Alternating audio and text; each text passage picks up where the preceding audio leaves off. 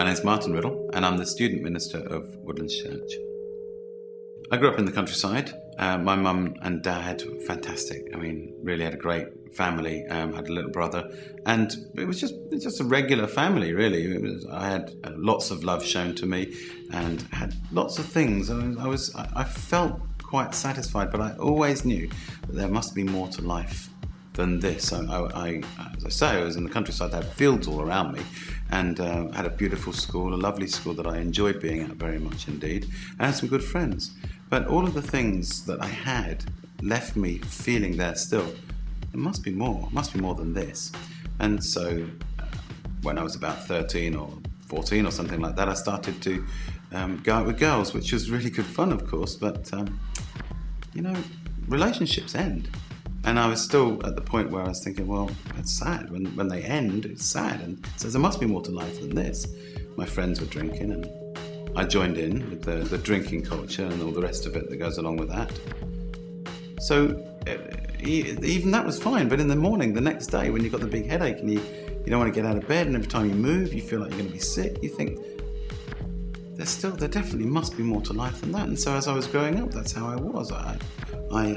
At 17, I joined the Air Force in an attempt to find out what it was that was out there, that was more than, that I wasn't experiencing. And it was great, actually. I fixed fast jets for a living, and that was good fun. I got given a gun and a uniform, and it seemed to me that girls like those sorts of things, and that was very, very good as well.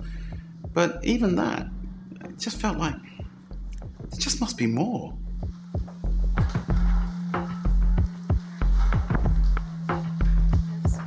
When I was in the Air Force, the Falklands War happened in 1982, and that started me thinking about things, the big things. I wasn't involved in it at all, but just the very thought that there was a possibility of something that was a danger to me made me think about eternity or eternal things, perhaps.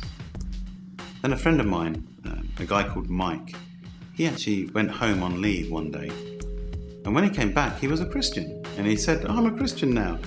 And I just laughed at him. Basically, it seemed the most ridiculous thing that you could go home one thing and come back the next. But as we talked and discussed and debated, long into the night sometimes, I argued with him an awful lot, actually. I remember saying to him, Mike, maybe there's a God. Maybe it's true that there's a God. But if there's a God, how could he love me? Because one of the biggest things that Mike said to me was that, Martin, he said, God really loves you. He didn't really know much more. He'd only been a Christian just a few days. He knew nothing more than that. And so he'd say over and over again, God really loves you. God really loves you. And he'd come searching for me. When he found me, he'd have nothing more to say than, God really loves you. It wasn't really the most well-formed argument that I'd ever met. And so I asked him one day, why? Why on earth does God love me? I mean, even if he's aware of me, if he knows anything about me, why would he love me? And Mike said, I don't know. You're not a very nice person, but he does love you.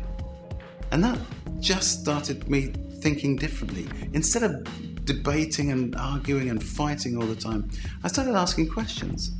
What about this? What about that? How does this work? How does that work? Poor Mike, he'd only been a Christian at the end when I became a Christian myself.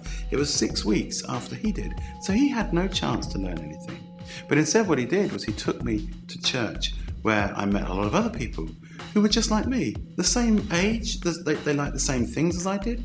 The only difference between me and them was that they were Christians. And instead of this constant feeling that there must be more to life than this, they seemed to be satisfied with what they'd got. So I asked them a lot of questions, and I was really amazed that they gave me honest answers, true answers, that they didn't try and shy away from the truth. I was living with my girlfriend at the time. They said, Christians don't really do that sort of thing. I mean, that's quite something to say to somebody if you want them to be the same as you. But they didn't fight that. It was really, really interesting. Then at the end of the evening, the first time I ever went to church, a guy running the group, he gave me a little booklet, and he said, look, you've asked loads of questions tonight. Pretty much you know as much as you need to know whether it's true or not, whether it's something that's real or not. All you need to do now is decide whether or not you want it for yourself. So he gave me a booklet, and I went home, and that was August the 18th, 1983. And it got to midnight that night, and I sat on my bed, and I read through this booklet, which seemed to explain everything I needed to know about how to become a Christian. told me that God loved me very much indeed, which I already knew because my friend had told me. He said that I was sinful, which just simply meant that I was doing things that God didn't want me to do, and that if I asked God into my life, I could become a Christian. So I sat there on my bed and I started crying. And through tears, I asked God to be in charge of my life. And that was midnight, August the 18th, 1983. And it made a massive difference. Straight away, I could feel that there was something that more to life, that I'd got it. Whatever it was, I'd got it. I didn't understand it yet, but I'd got it.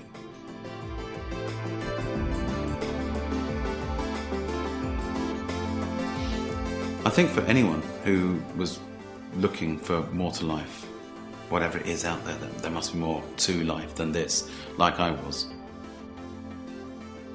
I think what I'd say to you is, you're not going to find anything.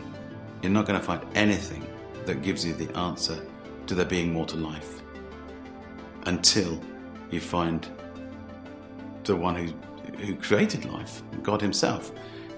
But he's real. It's true. It really is really, really true. Over the last 26 years, I've found it to be true. I've gone through ups and downs. But one thing that stayed true, stayed real for me, is my relationship with God. In the good times and in the bad times.